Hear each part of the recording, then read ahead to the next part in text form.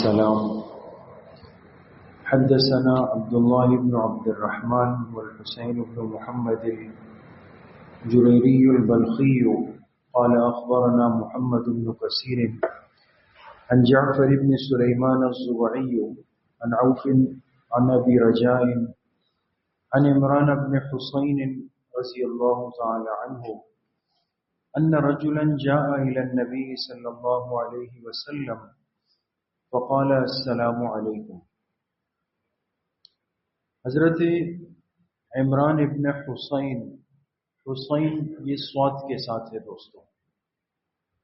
عمران ابن حسین رضی اللہ عنہ سے روایت ہے، فرماتے ہیں کہ ایک شخص جناب نبی کریم صلی اللہ علیہ وسلم کی خدمت میں حاضر ہوا، فقال اور آ کے عرض کیا السلام علیکم، سلام پیش کیا. فقال النبی صلی اللہ علیہ وسلم عشر، آپ نے فرمایا 10، یعنی اس کو 10 نیکیاں مل گئی.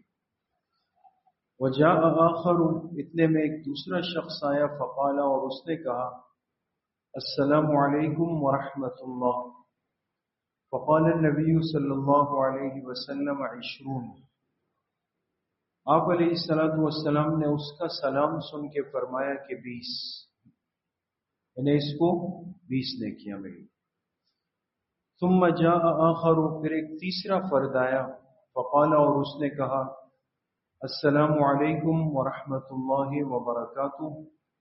فقال النبی صلی اللہ علیہ وسلم 30، آپ نے اس کا سلام سن کے ارشاد فرمایا 30، یعنی اس کو کتنی نیکیاں مل گئی؟ 30 نیکیاں. حدیث کے درس میں اسلامی آداب کا بیان شروع ہوا ہے، اور آپ کے سامنے تذکرہ ہوا کہ اسلامی آداب زندگی میں سب سے اہم اور بنیادی ادب وہ اسلامی معاشرے میں سلام کے جملے کو عام کرنا ہے.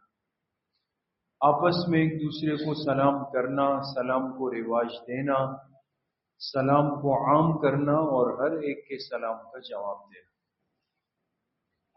آج کی جو حدیث مبارکہ ہے یہ سلام کرنے کی فضیلت، یعنی اس پر اللہ پاک کتنا اجر، کتنی نیکیاں دیتے. بعض دفعہ تو ہمارے تصور میں، دماغ میں ہوتا بھی نہیں کہ میں نے جو کسی کو سلام کیا تو ایک عبادت ادا کی، ایک قابل اجر عمل میں نے پورا کیا، اور اس پر اللہ پاک مجھے نیکیاں بھی دیں گے، اور نیکیاں بھی کم نہیں، بلکہ وہ تدریجاً جس انداز سے اور جس خوبصورتی سے میں سلام کروں گا میری نیکیوں میں اتنا ہی اضافہ ہوگا.